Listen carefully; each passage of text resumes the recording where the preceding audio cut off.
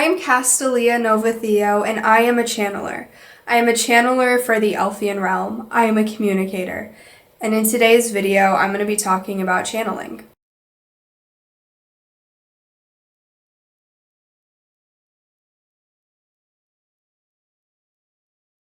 I want to talk about where I started a little bit.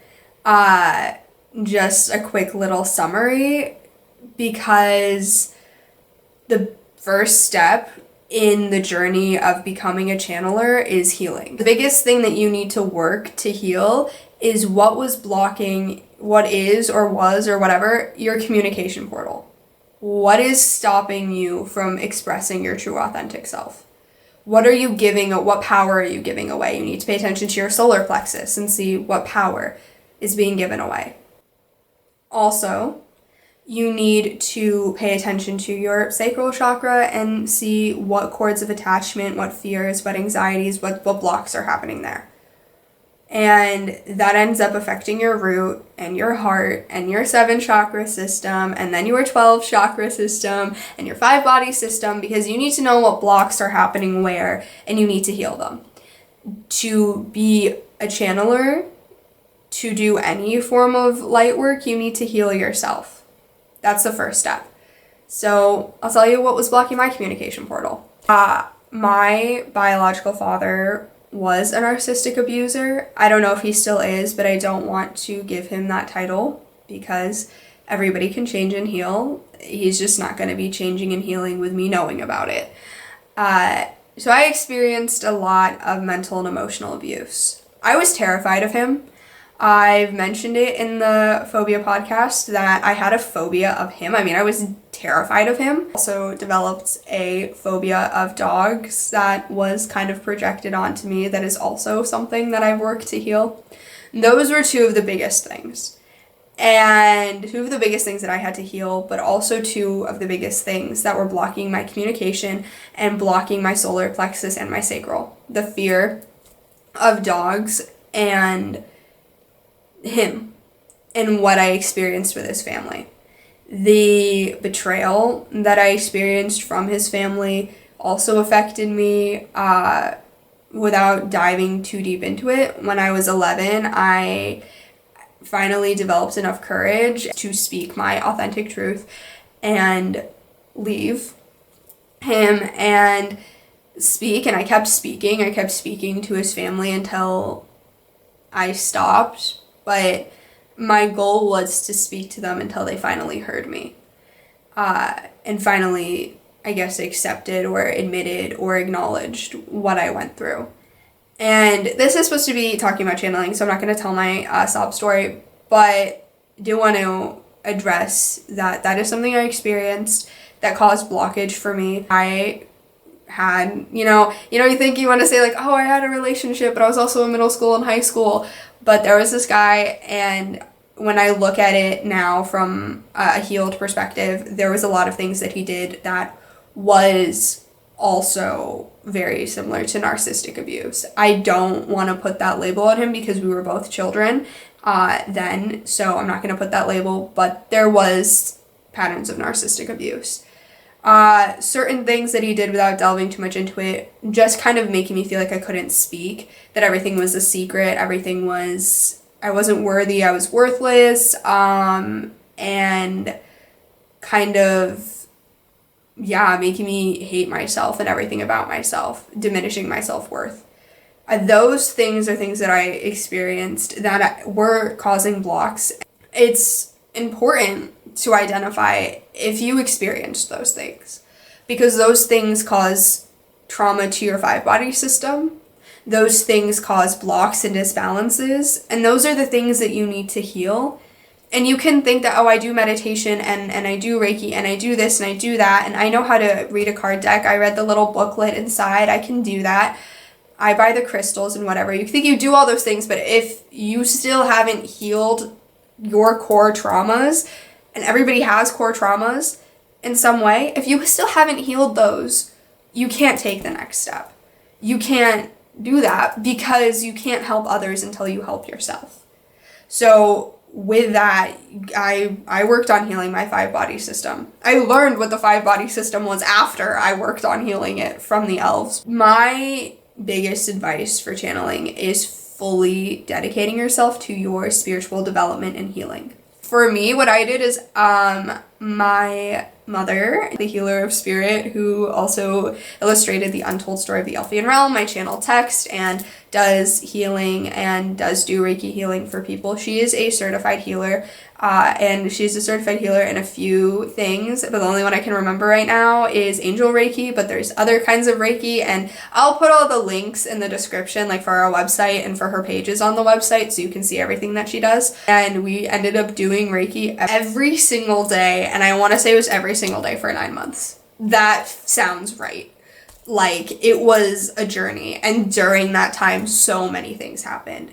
Not only was I able to heal, but I was able to awaken, and with healing, I was also able to learn. And so as I was healing things, and then I started learning things, and I started getting excited to learn, and separation from the ego a few sessions in, and then I started trancing. And trancing is when you're in a Reiki state, and you're getting healed, but you're able to separate yourself from the ego enough. And it does take a few healings, and it also does take a few like practices, and I'll talk about practices to separate you from the ego in a second.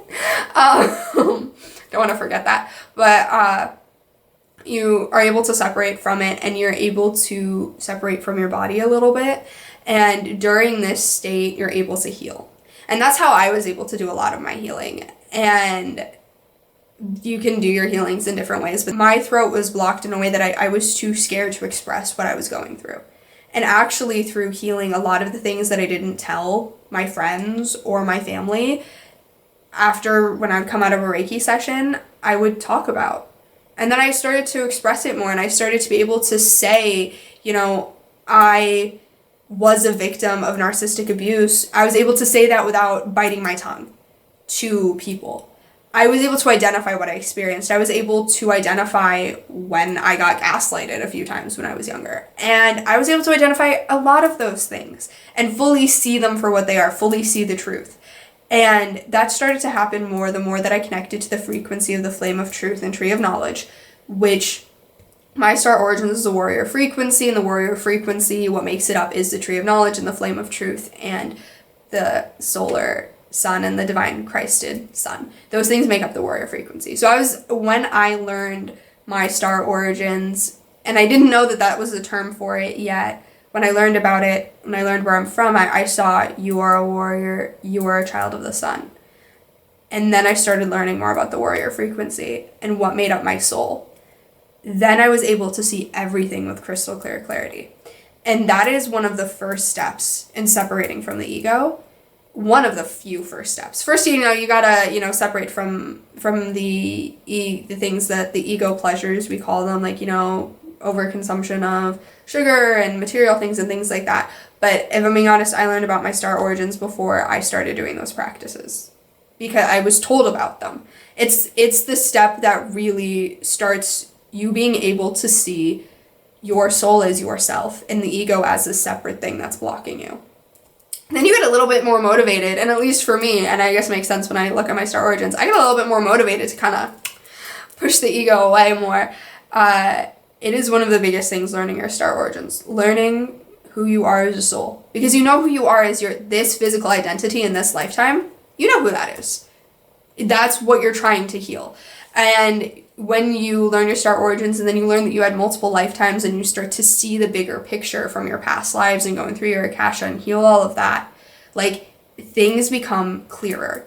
And why it's important to do that is you start to see the truth. And channelers, all communicators, all channelers in any form, and this even means card reading, because when you're doing card reading, you're kind of channeling in a way. And I'll explain that later on in the video. But with all of that, you need to be able to see the truth of your soul, your experiences, and the world that we're living in, so you can communicate authentic truth to people, so you can help them. And the ego does not want you communicating authentic truth. It doesn't, because true authentic truth is the thing that pushes away the negative polarity. Because the negative polarity is full of lies, and it creates lies to trap you. The positive polarity is full of truth. It's why the warrior frequency is made from the tree of knowledge and flame of truth. What other things? Things of the 3D world that you need to, separate yourself from. I fully became a hermit. And I didn't talk to anybody, and I completely stopped talking to everybody. I deleted all social media. I finished my education online with high school. And all of that, I separated myself from people. And later I learned that the ego is like a curtain blocking you from your real mind. Because you can still have your conscious mind and still be in the physical form that you chose and still go by the name of your physical form and still have your friends and whatever it may be without having the ego. You can have a whole identity and a whole personality without having the ego. And you know how I know that for a fact? If you've been watching my channelings, you know the elves have their own personalities and their own stories and their own this and their own that, and they don't have an ego. They don't. But they're still them. And you are you without the ego. The ego isn't you. That's the biggest thing. When I say the ego isn't you, it's important for you to figure out who you are. So you have to get familiar with your energy. Figure out how you work without the ego. Figure out how to really live in your body without being your body.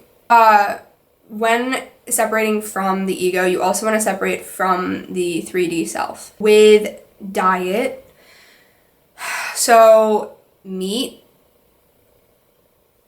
caffeine, chocolate, sugar, alcohol, tobacco, marijuana, mushrooms, things of that like. Eggs, processed foods. Dairy in its origin is not necessarily that bad. Obviously, as we evolve, things change, but overly processed dairy, no.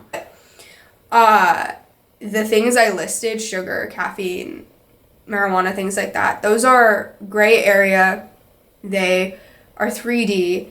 They are dense, and they will make you dense. Your body, it one, digesting meat, it's really hard on the body. And when you are doing channeling, you can't be digesting meat. When you are doing channeling in any form, you cannot be on a substance. These things that lower your frequency, lower your dimensional frequency, you need to cut out of your life. Mushrooms and psychedelics are not going to help you channel. Psychedelics are not going to help you further down in your spiritual journey. If they open the door for you, or if they open the door for anyone, that means that your dimensional frequency was below them. Because gray area substances, gray area things in the gray area can only elevate you to their frequency. Any food can only help you get to where it is. Plant life fruits and vegetables and things like that are up here in the 5D, up here. Sugar and psychedelics and caffeine is in the gray area in the 3D. If you have worked so hard to try and get your energy to the 4D, and then you're consuming these things, you're going to drop. You're never going to get to the 4D, let alone the 5D, if you are still having these things in your diet to successfully trans-channel specifically. Now, you can have caffeine and sugar and whatever and still be able to receive messages for trans-channeling, the channeling that I do. If you are interested in trans-channeling in the way that I do it, those things cannot be a part of your diet. I had a coffee dependency. I had basically a caffeine addiction. And I had to work to free it from my life. And now if I consume it, not necessarily the best thing for my body, and I can't channel. I can't.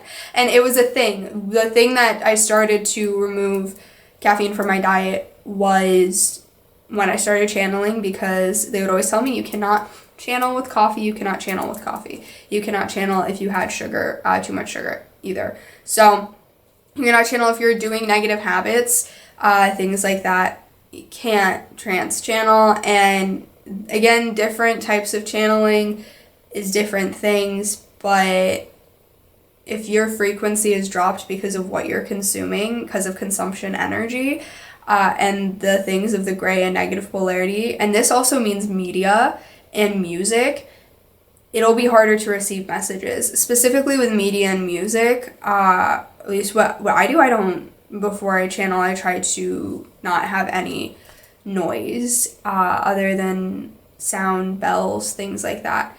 Why that is because sound frequency plays a very big role. And if you are watching a lot of violence on television, you're subscribing to a lot of negative news sites, or you're listening to music with lower frequency, vulgar music, things like that, it drops your frequency. And it's in the world around us.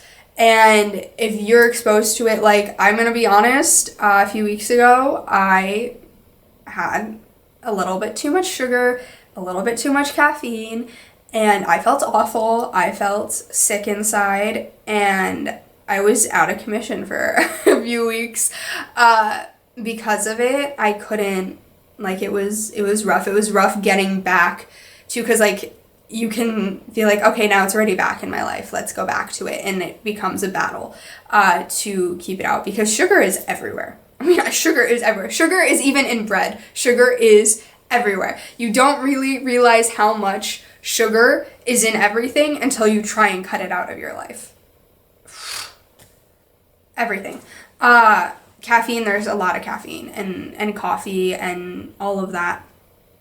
And I felt terrible and couldn't channel. Know your body with those things and know what your body can handle. And if your body can't handle something, and if your body's just not meant to, and you're trying to consume it or make it a part of your life, or like if you mentally can't handle music or television or the news, but you're just doing it because it's easier because of the people around you, or peer pressure when it comes to substances or whatever it may be, those things are going to affect your spiritual path, and those things will affect you in channeling.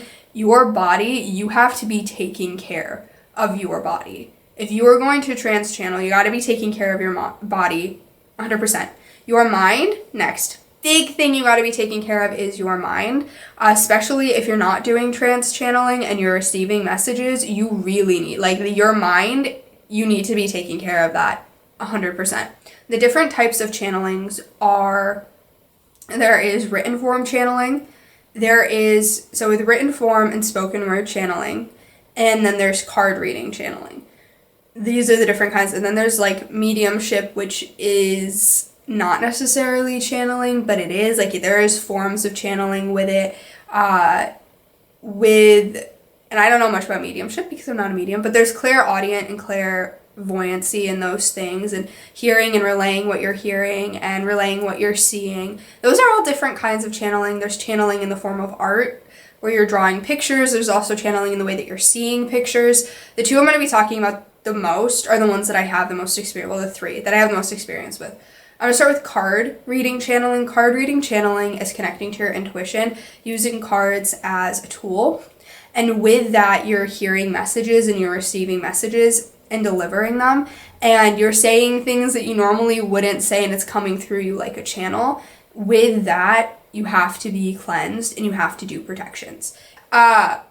With card reading channeling, that one is actually a really good tool if you want to start channeling, to start doing card readings. It's a great way to practice your intuition. It's also a great way to quiet the mind of the ego. You have to learn how to identify messages if they come from you as your soul, you as your highest self, or if it's coming from the ego. And you got to learn that practice. And if it's coming from a place of fear, if it's coming from a place of any negative emotion or the 7 deadly concepts, which are the 7 deadly sins, if it's coming from that place, it's the ego, turn it off. If it's coming from a place of positivity, light, and love, not things that are dropping your frequency, but things that are elevating your frequency, listen to that. I know like card readings, like tarot cards, there's like the reversed and whatnot, but seeing the positive light while still delivering warnings and messages, but without the sense of like immediate danger and things like that. There's a lot of like different negative stigma around like the reversal cards or some of the tarot cards, and learning to use the mind of the positive light and the deeper meanings in the metaphors and what's really going on, that takes practice, and you want to start that practice. And that's how I started my practice to get into channeling, because you gotta like shut off. The ego cannot be there. And I'm like, I mean it, the ego cannot be there, because that is where false channeling happens. False channeling is when the ego is 100% in control and the messages are coming through in the sense that they are kind of negative, they're boastful, they're following the 7 deadly sins, the 7 deadly concepts. And they are coming from a place of arrogance and like false channeling. There is false everything. There like are deceitful people who fake doing things, and it comes from the ego, but it is dangerous, because if you're doing the steps to channel but it's not entirely happening, but something is coming through speaking and it's not coming through positive, that is so dangerous. I'm not like trying to scare anybody, but with channeling you have to be so careful, because you do not want a negative anything to step through to have access to your body. Your body is a vessel, it is a tool, it is something that you can trans-channel and let beings of light and love help the collective, but it is also something that if you are not careful, you can be psychically attacked, you can be energetically attacked. You need to be careful. You need to have control over your mind. And it took me like a full dedicated 2 years to fully have control over my mind.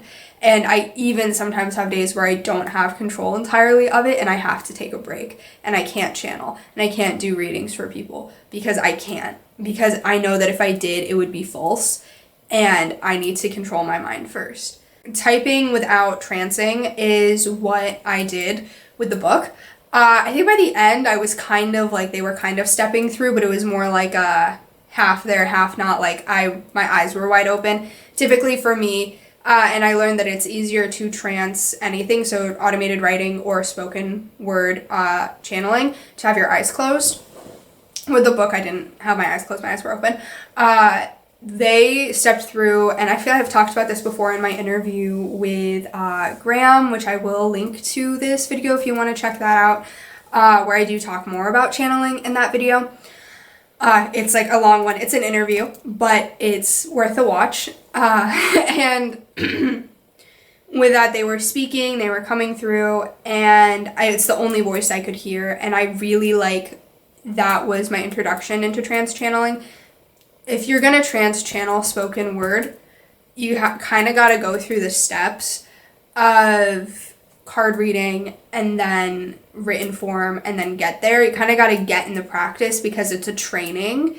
And I'm telling you, I spent a whole month spending hours doing card readings, learning my intuition, learning to hear it. I had a schedule for doing written form channeling of writing the elf stories down, writing their experience, writing the elders' stories down, and I had a whole schedule with it, and I had to do specific things. I couldn't be anywhere but in my space, at home. I couldn't anywhere else. I could edit the grammar anywhere, but I had to have a very specific space, a very specific ritual, and I would have a dedicated time frame, and I would take breaks. Couldn't really have much coffee. I wouldn't, if I was eating a sugary thing or having caffeine, they wouldn't come through as much, but they would still kind of come through.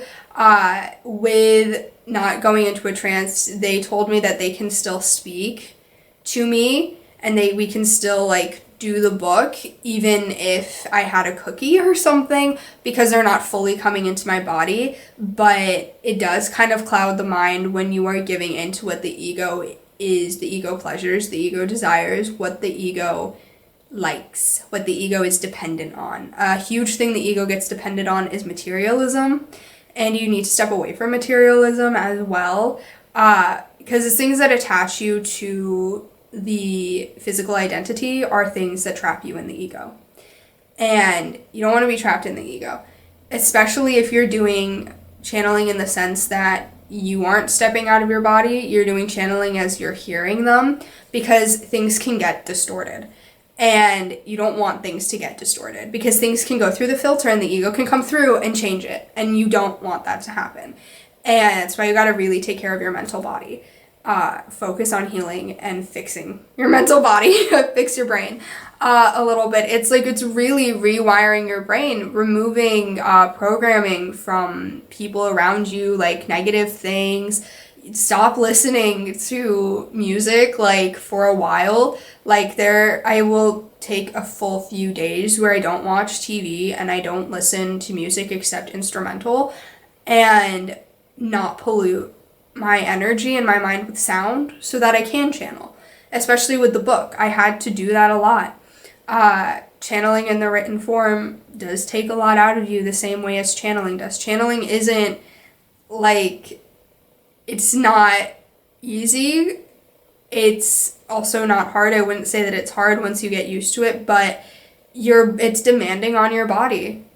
It's a lot for your soul to step back and a whole other soul to step through. The body doesn't know what to do, especially with trance channeling, but also your mind doesn't know what to do when there is this voice, this foreign voice speaking, and there's nothing else that you can hear. Your brain isn't thinking in the way that it normally does, and that can be demanding on your head. I'm telling you, I had a lot of headaches when channeling the untold story of the Elfian realm. Had a lot of headaches.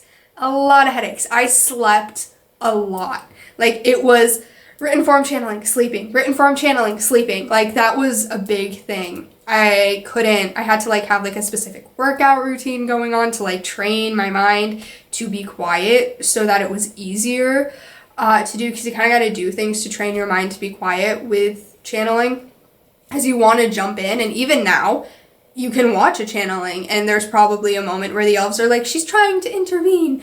But it happens. You gotta kind of train your brain about it. The spoken word channeling, not trance, is you're receiving the messages and you're delivering them, but they're not like trancing through you. So they are going through the filter, and I think I kind of touched on this, and you're speaking it out as opposed to typing it out. Transform spoken word is what I do. That's the main thing that I do. How it feels like is you need to know your star origins. So you got to protect yourself, so do protections. With the angelic realm, I do a lot. I do tethering with Gaia and God, so keeping my body grounded. I step back and I have the elves will come through and do a check, and sometimes the elders coming through to do a check. Because I'm from the warrior frequency, the warrior domain of the Elfian realm, they come through, the elder comes through and does a scan and makes sure that I'm okay. Typically in videos that I do, that's not shown because I cut that out because it just like kind of is more of a private thing of the scan going on.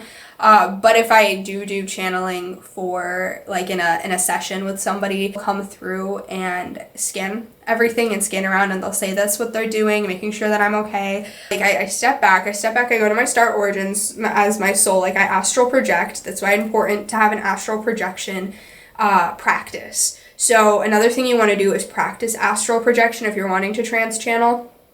You'll want to do it in a safe space, and there are certain astral projection like prayers and things that you can have, and I'll do a full video about it.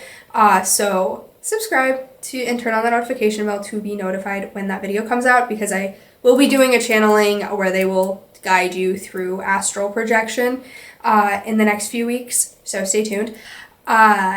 You want to get familiar with stepping away from your body, because the me speaking right now is not my body. It's me. It's my soul.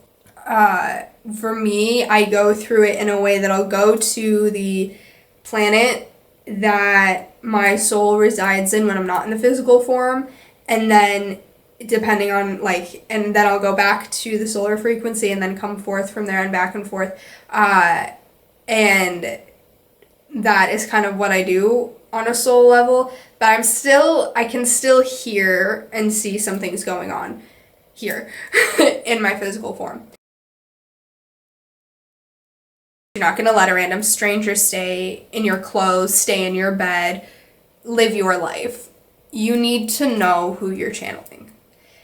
For me, it's the elves. For me, I was asked. For me, it's part of my mission and purpose. And a lot of times you can be asked, but you need to know who is asking you.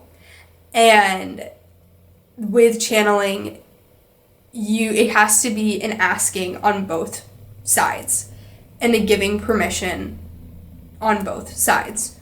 What I mean by that is they asked me if I was ready to channel them. And I said yes. And when I channel them, I ask them, are you ready to step through and communicate? And they either say yes or no. It is an asking and giving permission from both parties. A being of light and love is not going to just come through without you giving your consent. And with me asking them to step through when I channel, I am giving them my consent where I'm saying, I am allowing you to step through. And the protection that I use is saying nothing can access me or my energy without my permission. And then I say, I give permission to the Elfian realm to step through. And then I specify, I give permission to the warrior domain in the Elfian realm to step through. And then I ask which ones want to step through, and I hear who it is, and then I say step through. They cannot lie, and if you ever feel like there's something stepping through and you don't know what it is, ask. Nothing can lie in the presence of light.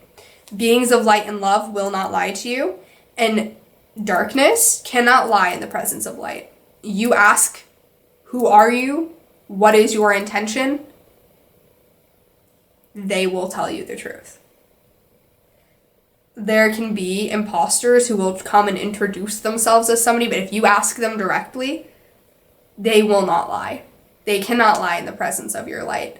But if your frequency is down at their level, this is why you gotta pay attention to your frequency. Because they can't lie in the presence of light, but if you have dropped your frequency to where you are not radiating in the pure positive light, then they can, because you're at their level.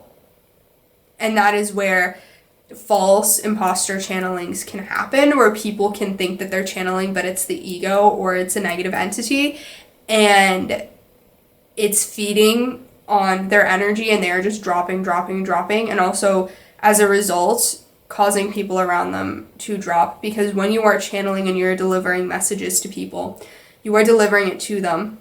Your voice sound frequency is going into their head. They are listening to you. They're with channeling, and that way there comes a lot of power because you're opening your throat and you are speaking to people and they are listening. And if you are speaking lies to people and you're trying to deceive them, that has an effect on them. That has an effect on you, but it has an effect on them. Because the throat chakra communication portal is not just your throat, it is also your ears. It is also your ears. So if somebody is lying to somebody else, that affects that person's throat chakra through the ears. Lying, deceit, that has an effect on the whole thing. Gotta protect your energy. With knowing your beings, you need to set boundaries with who you're channeling. You need to have a structure. You need to have a schedule. You need to have a routine. You need to plan ahead. And this is communication with them. If you're communicating with beings beyond the veil, you're channeling beings from beyond the veil, communicate with them when you're not channeling them. And it shouldn't seem weird, because if you're channeling at this point, nothing's weird anymore. But communicate. Be like, okay, today, this is what, like when I do channelings, I'm setting up my whole space and I say, okay, today we are channeling for the ancestral healing. I need the warrior domain. You, like the chief warrior, can you come through? And I set that, and then I sit down and I start. And I already ask. And if things go wrong and there are little hiccups and my body, my soul comes back and pushes them out or something like that happens, we figure out what happened. And that has happened before. I've had that happen before. And it is something that you just learn as you go. And you have to, it's a practice. And I would say before you start channeling for people, you gotta like have a practice of doing it.